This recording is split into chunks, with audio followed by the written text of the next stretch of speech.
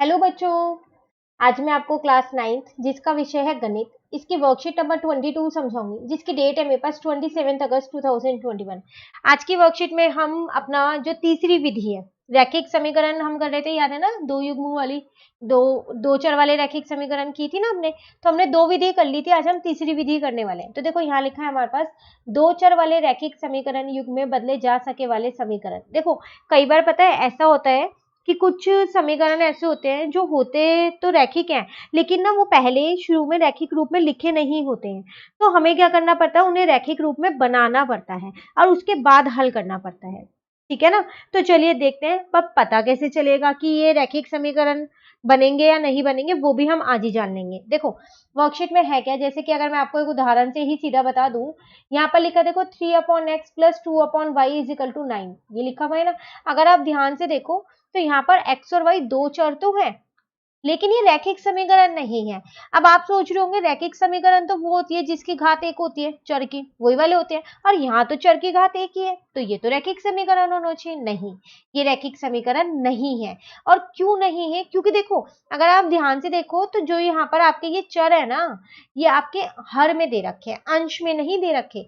अब जब ये हर में दे रखे हैं तो आप इनको जब अंश में लेके जाओगे तो वो -1 हो जाएगा, उसकी घात तो ऐसी y की भी -1 हो जाएगी। तो रैखिक समीकरण तो वो समीकरण होते हैं ना जिनकी जो घात है चर की वो 1 हो, -1 वाले थोड़ी ना होते हैं, है ना। तो हम क्या करेंगे, इसको ना पहले रैखिक समीकरण के रूप में लिख देंगे और उसके बाद इसको हल करेंगे। ठीक है। तो अगर अब आप पे कोई ऐसे समीकरण आए कि इसको हल करो जिसमें दो चर हो, तो कैसे पता चलेगा ये विधि लगानी है, सबसे अलग है ये विधि। जब भी आपके पास जो चर है ना, अगर वो आपको हर में दे रखे हैं तो आप समझ जाना इसमें यही वाली विधि से हल करना है। ठीक है, चलिए उदाहरण देखते हैं हम।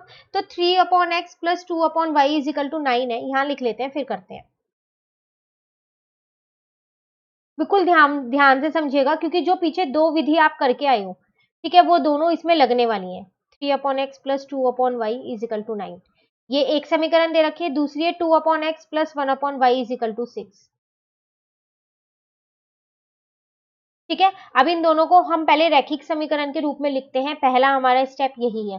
तो आप क्या करो, देखो इसको आप ये लिख सकते हो ना, 3 into 1 और इसको आप लिख सकते हो 2 into 1/y is equal to 9, और इसको आप लिख सकते हो 2 into 1/x और इसको लिख सकते हो 1 into 1/y is equal to 6, लिख सकते हो। अब मैं क्या कर लेती हूँ, मैं यहाँ मान लेती हूँ, माना 1/x को मैंने a मान लिया और 1/y को मैंने क्या किया, b मान लिया। ये मैंने खुद से माना है, आप कुछ भी मान सकते हैं, जरूरी नहीं है कि आप a और b माने, लेकिन हाँ x और y मत मानिएगा, क्योंकि वो पहले से ही आपको क्वेश्चन में दे रखे हैं। ठीक है। अभी देखो 1/x की जगह मैंने a लिख दिया और 1/y की जगह मैंने b लिख दिया इज इक्वल टू 9। यहाँ पर भी 1/x की जगह मैंने a लिख दिया, 1/y की जगह मैंने b लिख दिया इज इक्वल टू 6, ये b है। ठीक है। तो आप देख रहे हो, अब जो ये दो समीकरण आपकी बनी है, ये रैखिक समीकरण है। कैसे? क्योंकि जो इनके a और b, जो ये दो चर है, इनकी जो घात है वो क्या है, 1 है। ये अपॉन में तो नहीं लिखे हुए, है ना। तो अब बन गई ना रैखिक समीकरण। तो अब आपको समझ में आया कि अगर दो समीकरण आपको दे रखी हैं, अगर वो रैखिक समीकरण के रूप में नहीं है तो उनको कैसे रैखिक समीकरण में बनाना है, बनाना आ गया आपको। अब चलिए इन्हें हल करना सीखते हैं। तो हल करना बहुत आसान है, आप इसे पहले अपनी समीकरण 1 मान लो, इसे समीकरण 2 मान लो। देखो एक सेकेंड, मैं इसको ना b को ठीक कर देती हूँ। समीकरण 1 और 2 मान लिया हमने, अब आप इसे किसी भी विधि से हल कर सकते हैं। ठीक है। तो किससे करें, विलोपर वाले से ही कर लेते हैं, वो आसान रहती है ना। चलो यहाँ लिख देते हैं। तो उसमें क्या था, उसमें जो गुणांक थे, गुणांक को क्या करना होता था, हमें एक जैसा बनाना होता था किसी भी एक चर का। तो अगर आप यहाँ पर देखो तो a का जो गुणांक है वो 3 है और एक बार 2 है, और b का जो गुणांक है वो 2 और 1 है। तो किसी भी एक को एक जैसा कर दो, या तो a वाले एक जैसे कर दो या b वाले। मैं b वाला कर देती हूँ, क्योंकि अगर मैं उस वाली समीकरण में 2 से गुना करूंगी ना तो मेरा बहुत आसानी से हो जाएगा ना। तो चलिए ऐसे ही कर लेते हैं फिर। तो समीकरण 2 में 2 से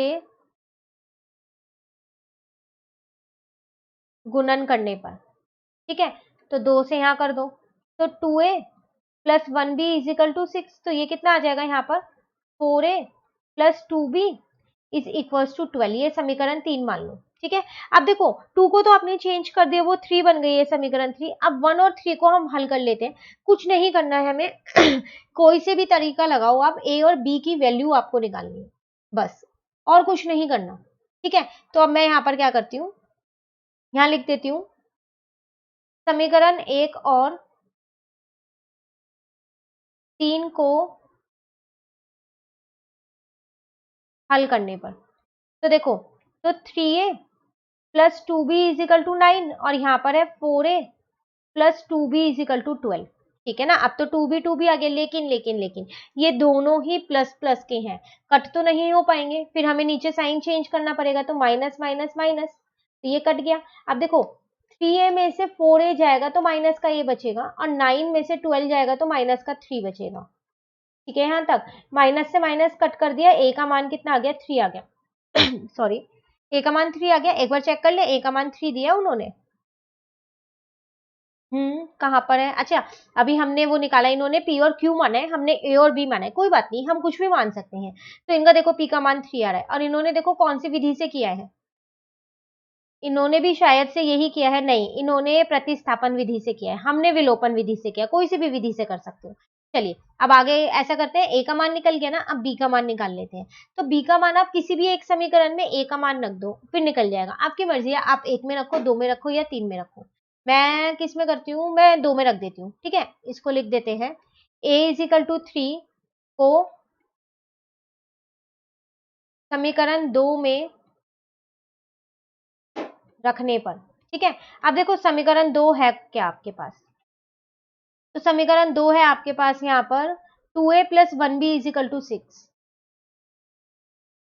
ठीक है ना, तो a की जगह 3 लिख देती हूँ, यहाँ पर 1b ऐसे इज इक्वल टू 6, तो 6 plus 1b is equal to 6। अब देखो 6 उधर जाएगा तो माइनस का हो जाएगा, तो b की वैल्यू तो 0 आ गई है, आ गई। देखें यहाँ पर इनकी q की वैल्यू 0 आ रही है, आ रही है, आ रही है ना। अब लेकिन सॉरी, हमको ना क्वेश्चन में a और b की वैल्यू नहीं निकालनी थी, हमको तो क्वेश्चन में x और y की वैल्यू निकालनी है, क्योंकि जो हमारे दो चर है ना वो x और y है, a और b नहीं है। तो कोई बात नहीं, अब x और y की वैल्यू निकल जाएगी, तो 1 अपॉन x को हमने a माना था, 1 अपॉन y को हमने b माना था, तो 1 अपॉन x a की जगह 3 रख दिया, 1 अपॉन y b की जगह 0 रख दिया। तो यहाँ से मेरे पास x का मान कितना निकल के आ गया, 1/3, और y का मान कितना निकल के आ गया, 0। ठीक है, तो देख लेते हैं, चेक करते हैं आंसर सही है नहीं सही है। बिल्कुल सही है। तो अभी आपको समझ में आया कि ये वाली विधि क्या है, कैसे इसको हल करना है। पहले आपको कुछ नहीं करना, रैखिक समीकरण के रूप में बनानी है उन समीकरण को, रैखिक समीकरण में। उसके बाद आपकी मर्जी है, आपने जो 2 समीकरण बनाई है उसे कोई सी भी विधि से करो, प्रतिस्थापन विधि से करो या विलोपन विधि से करो। ठीक है, और उसके बाद जो चर आपको क्वेश्चन में दे रखे हैं उसके मान निकालने हैं। क्लियर, बहुत इंपॉर्टेंट मेथड है, क्योंकि इसमें जो पीछे 2 विधि हम सीख के हैं वो भी इसके अंदर लग रही है। ठीक है, चलिए नेक्स्ट उदाहरण समझते हैं। यहाँ आपसे क्या कह रहा है, हल कीजिए, तो पहले लिख लेते हैं फिर हल करेंगे।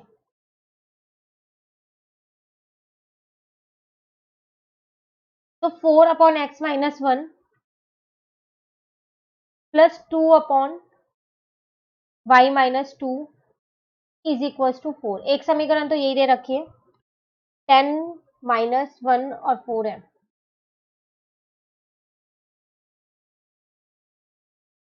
ठीक है, दूसरी समीकरण ये दे रखी है। ठीक है, अब अब आपको पता चल गया ना कि कैसे हमें रैखिक रूप में लिखना है।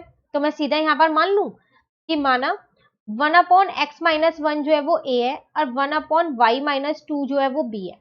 ठीक है, जो नीचे हर में लिखे होते हैं ना उन्हें मानना होता है, लेकिन ध्यान रखिएगा ये जो x वाले दोनों हर हैं वो सेम है, और जो y वाले हैं वो सेम है, और सेम ही होने चाहिए। ठीक है, तभी मान सकते हो आप। तो देखो अब मेरी ये समीकरण बन जाएगी 4a plus 2b is equal to 4, और इसको समीकरण 1 मान लेती हूँ। ये बन जाएगी मेरी 10a माइनस का b इज इक्वल टू 4, इसको समीकरण 2 मान लेती हूँ। फिर वही आप कोई सी भी विधि से इन दोनों समीकरण को हल कर दो। तो मैं यहाँ पर फिर से विलोपन विधि ही लगा रही हूँ समीकरण 2 में, क्योंकि मुझे दिख रहा है कि जो b का गुणांक है वो 1 है, और समीकरण 1 में जो b का गुणांक है वो 2 है। तो जब मैं समीकरण 2 में 2 से गुना कर दूंगी ना, तो दोनों के गुणांक एक जैसे हो जाएंगे ना। तो चलिए यही करते हैं फिर। तो समीकरण 2 को 2 से गुणन करने पर। ठीक है, तो देखो 10a minus B is equal to 4 है, इसको 2 से गुना किया तो 20a माइनस का 2b इज इक्वल टू 2 4 जा 8 हो गया। इसको मैंने अपनी समीकरण 3 मान लिया। ठीक है, अब समीकरण 1 और 3 को हल करने पर, आप चाहो ना तो यहाँ पर विधि का नाम भी लिख सकते हो कि कौन सी विधि से आप हल कर रहे हो। ठीक है, जैसे मैं यहाँ विलोपन से करूँ तो आप लिख सकते हो विलोपन विधि से। ठीक है ना, अभी समीकरण 1 है 4a प्लस का 2b इज इक्वल टू 4 और समीकरण 3 है 20a माइनस का 2b इज इक्वल टू 8। ठीक है, ध्यान से देखो b वाले जो है वो दोनों एक प्लस है एक माइनस है, तो ये तो सीधा सीधा ही कट जाएंगे। मतलब अब मुझे साइन चेंज नहीं करने हैं, ये हमने अपनी लास्ट वर्कशीट में पूरा विधि ये वाली अच्छे से सीखी है ना। तो 20 में 4 प्लस किया तो 24a और 8 में 4 प्लस किया तो 12। a का मान मेरे पास यहाँ पर आ गया 12 अपॉन में 24, कट किया तो 1 अपॉन में 2 आ गया। किसी भी एक समीकरण में a का मान रख के b का मान निकाल लेते हैं। किसमें रखें देखते हैं, चलो दो में ही रख लेते हैं, दो आसान सी लग रही है थोड़ी, है ना, क्योंकि 10 है तो इजीली सॉल्व हो जाएगा। चलो दो में रख लेते हैं। तो a is equal to 1 upon 2 को समीकरण 2 में रखने पर, ठीक है, तो देखते हैं चलो समीकरण 2। समीकरण 2 है हमारे पास 10a minus B is equal to 4। A की जगह मैं क्या करती हूँ, ए का मान रख देती हूँ 1/2। ठीक है, बी ऐसी है इज इक्वल टू 4, इसको इससे काट दिया 5 आ गया, तो 5 minus B is equal to 4, तो 5 minus 4 is equal to B, B का मान निकल गया है 1।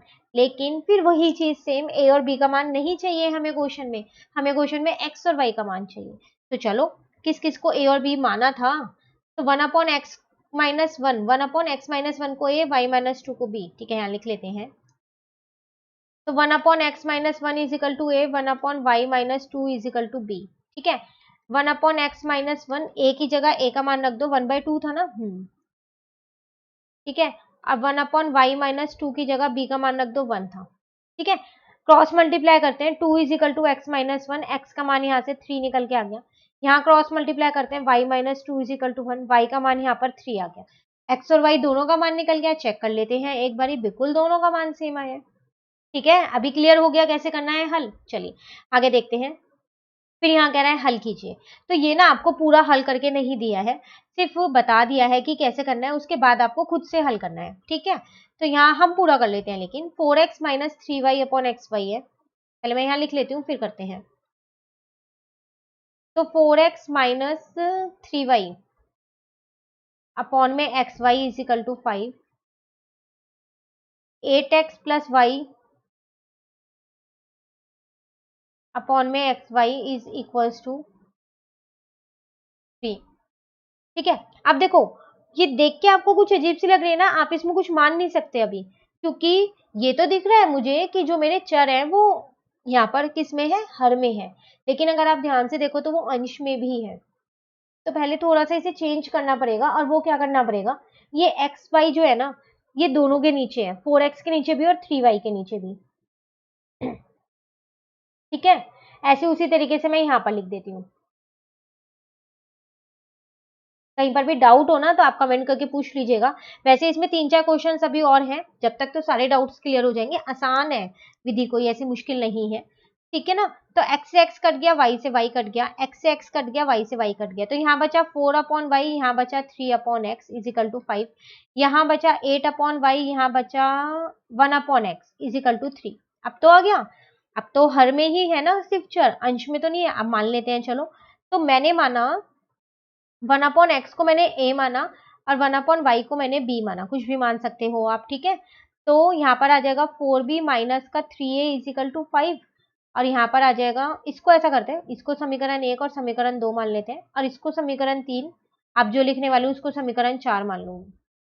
1 एक्स को क्या माना था हमने, ए ना, ए आ जाएगा 3। ठीक है, ये आ गया 4। क्लियर यहाँ तक। अभी क्या करना है,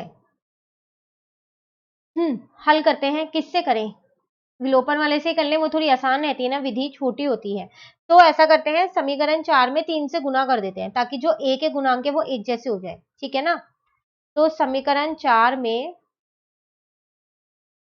3 से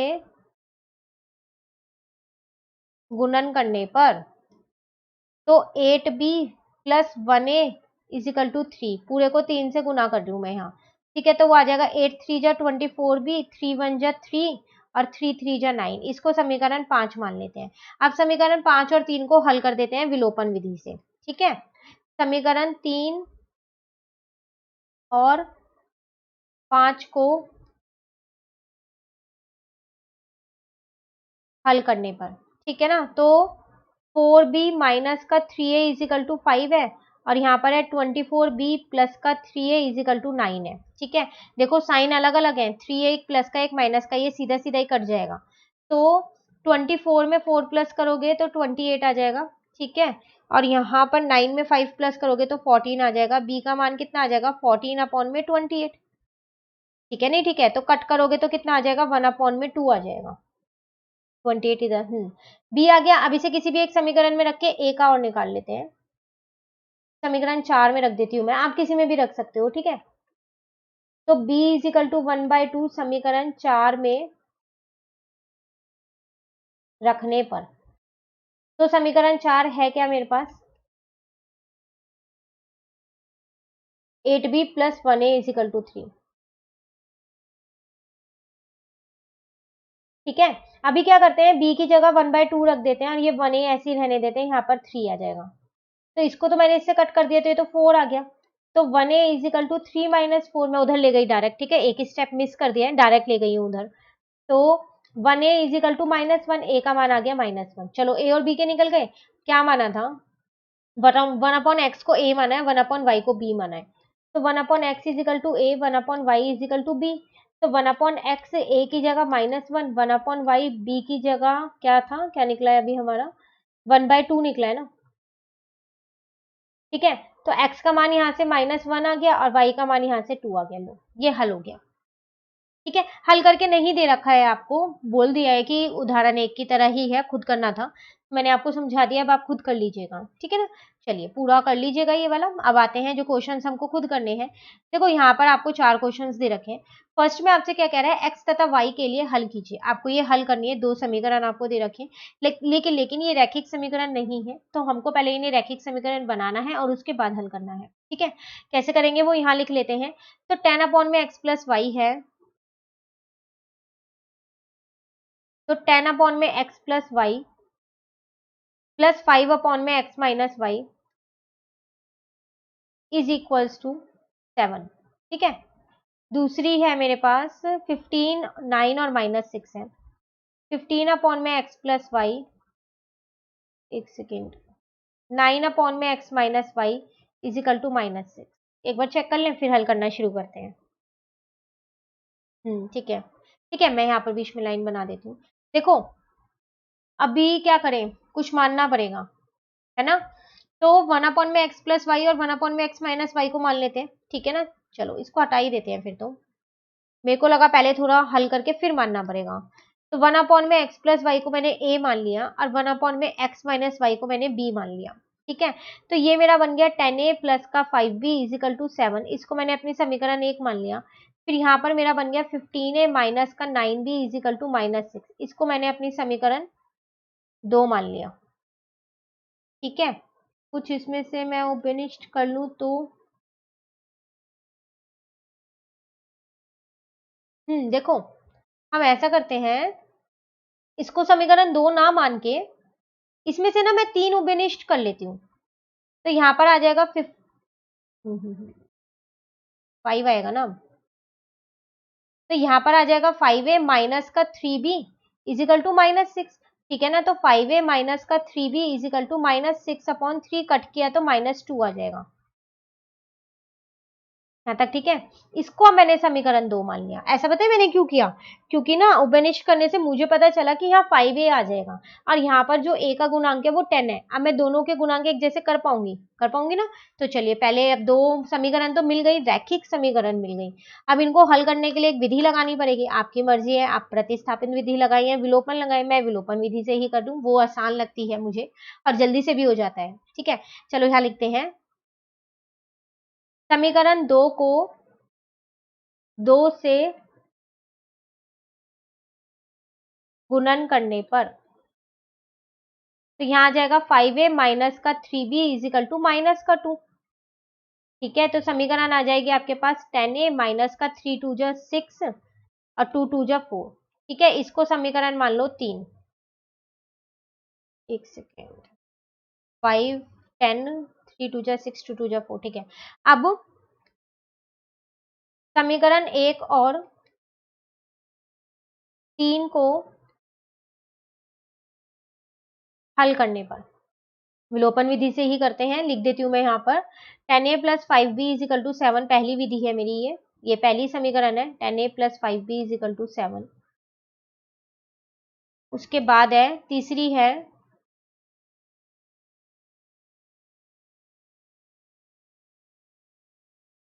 10a - 6b = -4। अब देखो 10a दोनों ही प्लस के हैं, तो साइन चेंज करना पड़ेगा कट करने के लिए, तो ये प्लस का बन जाएगा, ये प्लस का बन जाएगा। अब 5b में 6b प्लस करोगे तो 11b आएगा, और 7 में 4 प्लस करोगे तो भी 11 ही आएगा। तो b का मान यहाँ से 11/11 कट करोगे तो 1 आ जाएगा। तो चलो b का मान यहाँ से 1 निकल गया, b का मान 1। किसी भी एक समीकरण में रख देते हैं, किस में रखें, आपकी मर्जी है, किसी में भी रख दो, 1 में रख देते हैं। ठीक है, तो b = 1 को समीकरण 1 में रखने पर, अब समीकरण 1 क्या है वो लिख लेते हैं पहले। तो समीकरण 1 कहां पर है, समीकरण 1 है 10a + 5b = 7। ठीक है, अभी b का मान 1 है, तो 10a + 5 b की जगह 1 आ जाएगा = 7। तो 10a इस 5 को उधर ले जाती हूँ, तो 10a = 2, तो a का मान कितना आ जाएगा, 2/10, कट करोगे तो कितना आ जाएगा, 1/2 आ जाएगा। क्लियर यहाँ तक, a और b के मान निकल गए। अब हमें x और y के मान निकालने हैं। चलिए देखते हैं क्या माना था, x + y और x - y ना, यहाँ लिख लेते हैं पहले, फिर करते हैं। तो 1/x + y को मैंने a माना था, और 1/x - y को मैंने b माना था। ठीक है, तो 1/x + y a की जगह मैंने 1/2 लिख दिया, और 1/x - y b की जगह मैंने क्या किया है, 1 लिख दिया है। ठीक है, तो यहाँ पर x + y = 2 आ गया, यहाँ पर x - y = 1 आ गया। एक बार ध्यान से देखिए, यहाँ पर x और y का मान नहीं निकला अभी भी, मतलब a और b का मान रखने के बाद भी नहीं निकला। लेकिन हम जो 3 उदाहरण करके आए हैं उसमें तो जैसे ही हमने a और b का मान निकाला ना, उसके बाद जब यहाँ रखा तो तुरंत ही x और y का मान निकल गया था। तो यहाँ तो नहीं निकला, यहाँ निकला नहीं, यहाँ 2 समीकरण और बन गई है। अब इन दोनों को भी हल करना पड़ेगा, अब फिर निकलेगा। कैसे करें हल, पहले समीकरण देख ले कौन सी है, हमने लास्ट 3 ली थी ना। अभी ले लेते हैं यहाँ पर 4 और यहाँ पर ले लेते हैं 5। अब आप विलोपन विधि से एक बार इसे भी हल कर दो। ठीक है, तो समीकरण 4 और 5 को हल करने पर, तो x + y = 2 हो जाएगा, और x - y = 1 हो जाएगा। ठीक है, कुछ भी चेंज नहीं करना, गुणांक एक जैसे थे, मैंने इन्हें कट कर दिया। तो यहाँ पर 2x = 3 आ जाएगा, तो x का मान मेरे पास कितना आ जाएगा, यहाँ पर 3/2 आ जाएगा। ठीक है, अब किसी भी एक समीकरण में रख देते हैं इसको। एक बारी मैं ऊपर y a की वैल्यू है, ठीक है। ठीक है, अभी x निकल गया, किस में रखें, समीकरण 4 में रख देते हैं। चलो, x = 3/2 को समीकरण 4 में रखने पर, ठीक है, तो समीकरण 4 पहले यहाँ लिख लेते हैं। तो कहाँ है हमारी समीकरण 4,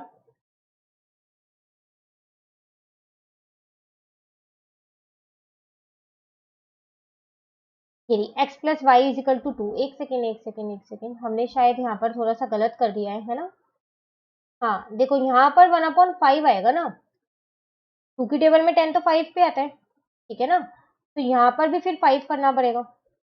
चलो अच्छा हुआ अभी हमें यहाँ देख लिया हमने, वरना हम समीकरण 4 में ही रखने वाले हैं, गलत हो जाता।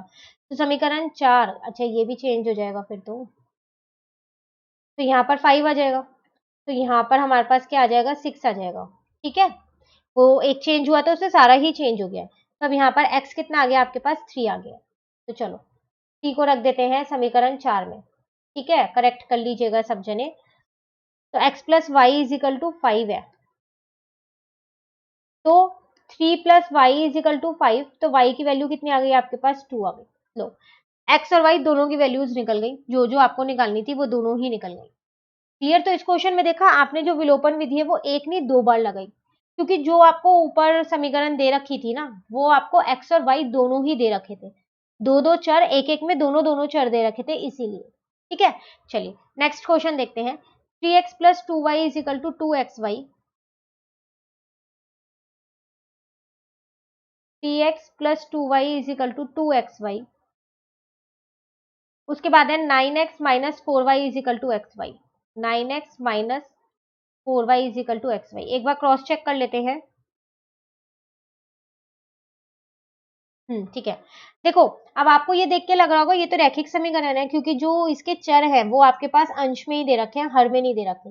नहीं, लेकिन ये रैखिक समीकरण नहीं है। क्यों नहीं है, देखो अभी मैं बताती हूँ क्यों नहीं है। आप इस एक्स वाई को जरा यहाँ नीचे ले आओ, डिवाइड का बना दो, यहाँ 2 कर दो। उसी तरीके से यहाँ से भी ले आओ। ठीक है, यहाँ तो 1 बचेगा ना फिर। ठीक है, अभी एक्स वाई मैंने आपको पहले भी बताया था, ये दोनों के नीचे होते हैं। जब हर में कुछ दिया होता है तो वो दोनों अंश के नीचे लिखे जाते हैं। तो यहाँ पर आ जाएगा 9x माइनस का 4y अपॉन में xy अपॉन में xy इजिकल टू 1।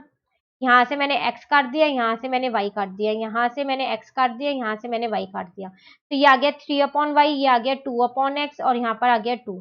ठीक है, यहाँ पर आ गया 9 अपॉन वाई, यहाँ पर आ गया -4 अपॉन एक्स, और यहाँ पर आ गया 1। क्लियर यहाँ तक? अब बन गए अभी भी, लेकिन ये रैखिक समीकरण नहीं है ना। अब आप लेकिन मान सकते हो, तो 1 अपॉन एक्स को आप a मान लो और 1 अपॉन वाई को आप क्या करो, b मान लो। ठीक है, तो ये बन जाएगी 3b प्लस का 2a इज इक्वल टू 2, समीकरण 1 मान लो इसे। ये बन जाएगी 9b माइनस का 4a इज इक्वल टू 1, समीकरण 2 मान लो इसे।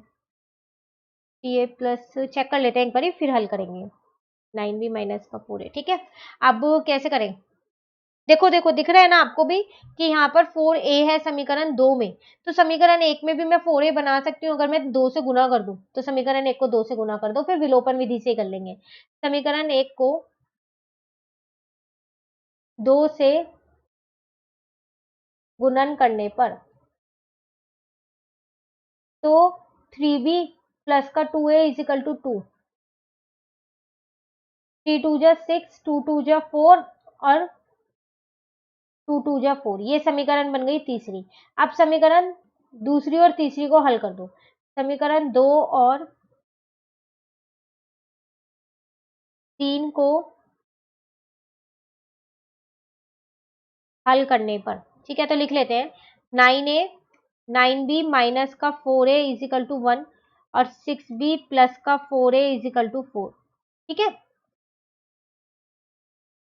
ये तो कट गया क्योंकि अलग अलग साइन थे, साइन चेंज नहीं करना पड़ा, तो यहाँ आ गया 15b और यहाँ आ गया 5। तो b का मान कितना आ गया, 5 अपॉन में 15 कट किया तो मैंने आ गया 1 अपॉन में 3। तो b का मान यहाँ से आ गया 1 अपॉन में 3। चलो किसी भी एक समीकरण में रख के एक और निकाल लेते हैं। किस में रखे, समीकरण 1 में रख देते हैं। चलो पहले यहाँ लिख देते हैं b इज इक्वल टू 1/3 को समीकरण 1 में रखने पर, समीकरण 1 देखते हैं क्या है हमारे पास। तो समीकरण 1 है हमारे पास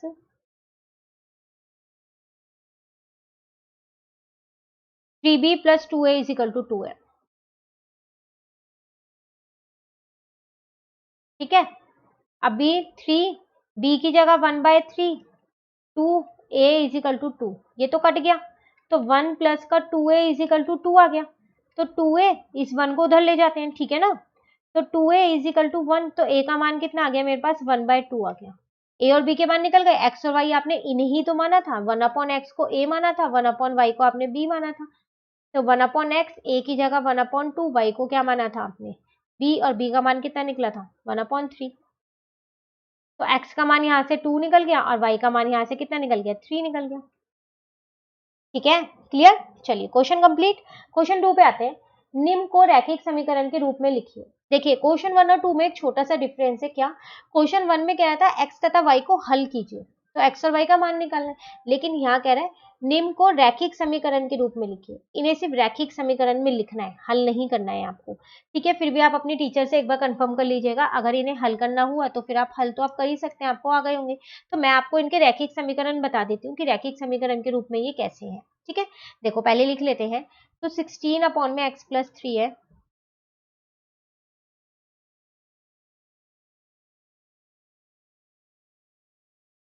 उसके बाद प्लस 3 अपॉन में y माइनस 2 है इजिकल टू 5, ठीक है। उसके बाद दूसरी है 8 माइनस 2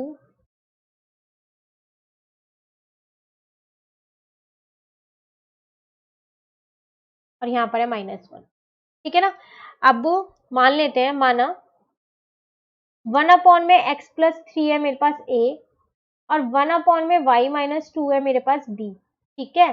तो ये बन जाएगा 16a प्लस का 3b इज इक्वल टू 5, समीकरण 1। ये बन जाएगा 8a माइनस का 2b is equal to -b, ये बन जाएगी दूसरी समीकरण, ठीक है। तो दोनों समीकरण मैंने बना दिए, आप अपनी टीचर से पूछ लीजिएगा। अगर इन्हें हल करना हो तो ए और बी का मान अब आप निकाल दीजिएगा।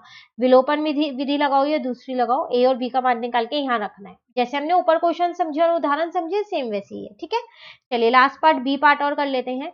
इसमें भी यही है, मैं समीकरण बना देती हूँ, अगर हल करने होंगे, मान निकालने होंगे तो आप निकाल लीजिएगा। तो x upon x y minus 3y upon x y, x upon x y minus 3y upon में x y is equal to -1, ठीक है। एक ये दे रखी है। दूसरी है 5x अपॉन में एक्स वाई,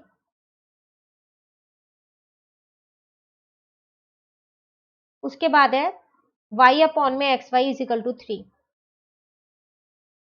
ठीक है। तो ये तो आसान है, जल्दी बन जाएगी। x से x कट गया, y से y कट गया, 5x से x कट गया, y से y कट गया। तो 1 अपॉन में y माइनस 3 अपॉन में x is equal to -1, 5 upon में y प्लस 1 अपॉन में y से y कट गया, ये 1 अपॉन में x इज इक्वल टू 3। अब मान लेते हैं, माना 1 अपॉन में y is equal to a है और 1 अपॉन में x is equal to b है। कुछ भी मान लो, मैंने इन्हें इस बार उल्टा मान दिया है, ठीक है। आप कुछ भी मान सकते हो। तो यहाँ पर आ जाएगा a माइनस का 3b इज इक्वल टू -1, ये एक समीकरण बन गई। यहाँ आ जाएगा 5a प्लस का 1b, क्योंकि इस बार आपने 1 अपॉन एक्स को b माना है, कंफ्यूज मत होइएगा। अगर आपको ऐसा लग रहा है तो आप 1 अपॉन एक्स को a ही मान लीजिएगा, ठीक है। यहाँ आ जाएगा 3, तो ये हो गई समीकरण 2।